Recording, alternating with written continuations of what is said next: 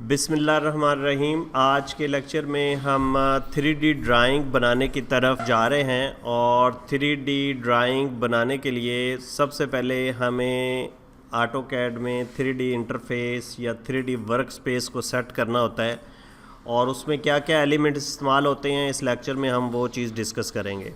यहाँ पे देखें work space setting, 3D modelling और 3D बेसिक्स, इसको हम डिस्कस करेंगे और उसके बाद यहाँ पे विजुअल स्टाइल्स को डिस्कस करेंगे कि वायर फ्रेम, कंसेप्चुअल, रियलिस्टिक और ये क्या चीज़ें हैं। फिर हम विजुअल व्यूज़ की तरफ जाएंगे कि एक ड्राइंग को कितने व्यूज़ से जो है वो हम देख सकते हैं और नॉर्मली हम कौन सा व्यू इस्तेमाल करेंगे। फिर हम यहाँ पे कुछ और ऑप्शंस हैं उनको भी देखेंगे कि वो क्या क्या चीज़ें हैं, व्यू क्यूब, स्टीयरिंग व्हील और इस तरह की। तो शुरू करते हैं। सबसे पहले हम 3D ड्राइंग देखें। ये अभी तक जो हम ड्राइंग्स बनाते रहे हैं वो 2 डायमेंशनल ड्राइंग्स थी, यानी हमारे पास जो वर्क स्पेस थी वो ड्राफ्टिंग एंड एनोटेशन की थी, जिसमें किसी भी ऑब्जेक्ट को बनाने के लिए हम 2D यानी लंबाई और चौड़ाई को कंसिडर करते थे। लेकिन अब क्योंकि हम 3D डिमेंशन की तरफ जा रहे हैं, 3D ड्राइंग की तरफ जा रहे हैं, तो हमारे पास लंबाई, चौड़ाई और ऊंचाई 3 चीज़ें हमें यहाँ पे वर्क स्पेस पे नज़र आनी चाहिए।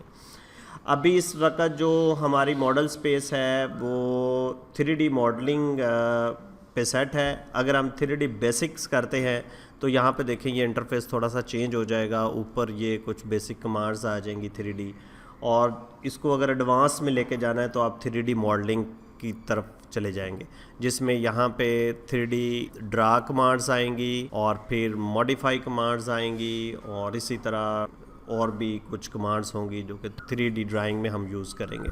उसके साथ साथ हम यहाँ पे विजुअल स्टाइल्स है। अभी तक हमारा जो वर्क स्पेस है वो एक्स और वाई को ही शो कर रहा है, यानी लंबाई और चौड़ाई को ही शो कर रहा है। तो अगर हमने इसको चेंज करना है, हम 3D इन्वायरमेंट में जाना है, तो फिर हमें यहाँ पे विजुअल व्यूज़ जो है वो चेंज करने पड़ेंगे। यानी अभी टॉप व्यू हम देख रहे हैं और अगर हम साउथ वेस्ट आइसोमेट्रिक देखते हैं या साउथ ईस्ट आइसोमेट्रिक देखते हैं तो फिर ये तीसरा जो हमारे पास एक्सिस है वो भी हमें नज़र आएगा, जेड एक्सिस। जैसे यहाँ पे मैं क्लिक करता हूँ तो ये देखें अब मेरे पास 3D एनवायरनमेंट सेट हो गया है और एक्स एक्सिस भी आ रहा है, वाई एक्सिस भी आ रहा है और ऊपर की तरफ जेड एक्सिस भी आ रहा है। लेकिन इन एक्सिस को आप अपनी मर्ज़ी से बाद में चेंज भी कर सकते हैं।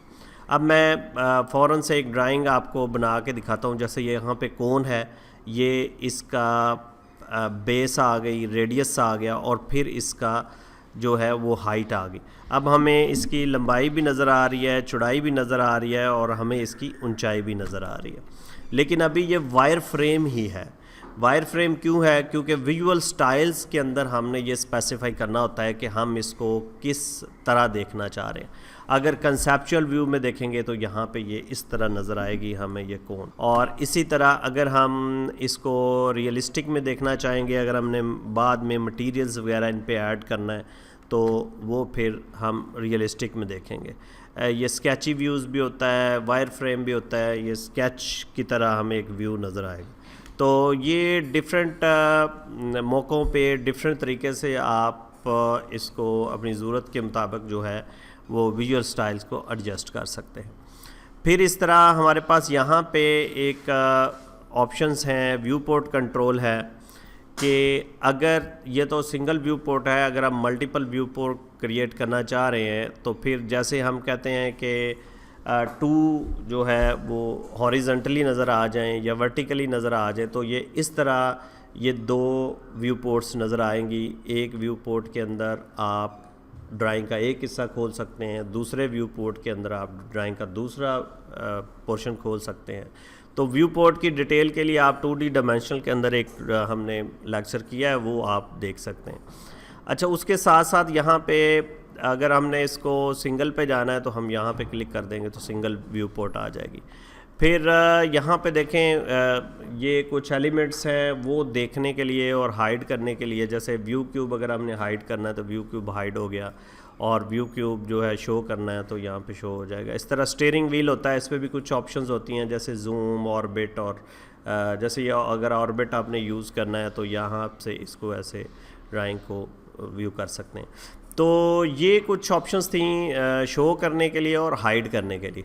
तो 3D इन्वायरमेंट सेट करने के लिए आपको सबसे पहले वर्क स्पेस पे जाना पड़ेगा, वर्क स्पेस सेट करनी पड़ेगी, और फिर उसके बाद आपने विजुअल स्टाइल्स को अपनी ज़रूरत के मुताबिक सेट करना है, व्यूज़ को अपनी ज़रूरत के मुताबिक सेट करना है। जैसे अगर इसी को टॉप व्यू से देखेंगे तो ये ऐसे नज़र आएगी, और अगर हम इसको साउथ ईस्ट आइसोमेट्रिक से देखेंगे तो ये इस तरह नज़र आएगी। नॉर्मली हम ड्राइंग साउथ ईस्ट आइसोमेट्रिक को बेस बनाकर बनाते हैं। तो यहाँ पे देखें, यहाँ पे शो करने के लिए और हाइड करने के लिए कुछ कमांड्स हैं, वो भी आप यहाँ से सेट कर सकते हैं। तो ये था 3D एनवायरनमेंट को सेट करना।